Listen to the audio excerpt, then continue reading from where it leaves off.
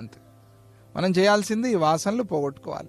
శౌచం అని ముందే చెప్పుకున్నాం కదా, ప్రతిరోజు స్నానం చేసి ఆ రోజు ఆ వాసన పోగొట్టుకున్నట్టుగా, ఏది ఆ చెమట వాసన, ఏవేవో వాసనలు ఉంటాయి కదా, అవన్నీ పోగొట్టుకున్నట్టుగా, అలాగే మనం ప్రతిరోజు సాధన చేసి ఈ వాసనలు పోగొట్టుకునే ప్రయత్నం చేయాలి. ఇలా దేహము వాసనారూపంగా ఉంది కాబట్టే వాసనల్ని తొలగించుకున్నప్పుడు శరీరం కూడా తొలగిపోతుంది.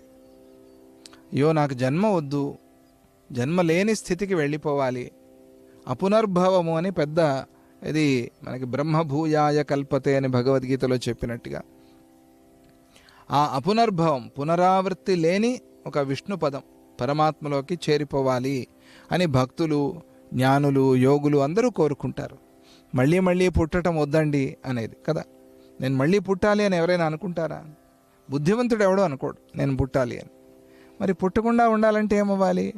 పరమాత్మలో కలిసిపోవాలి. పరమాత్మలో కలవాలంటే ఏం చేయాలి?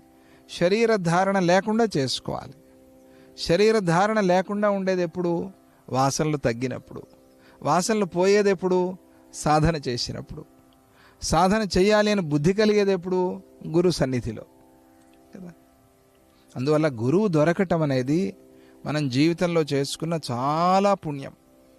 గురువు దొరికారన్నప్పుడు దాన్ని సద్వినియోగపరుచుకోవాలి. గురువుల వాక్యాల మాటల్లో నడుస్తూ జీవితాన్ని సార్థకం చేసుకుని సాధన చేయాలి. స్థూల సూక్ష్మ శరీరాలు ఇలా క్షీణించిపోయినప్పుడు బ్రహ్మభావం అనేటువంటి పరమపదము లభిస్తుంది. అందుకనే క్షీయతే వాసనాత్యాగే క్షీణే భవతి తత్పదం. అది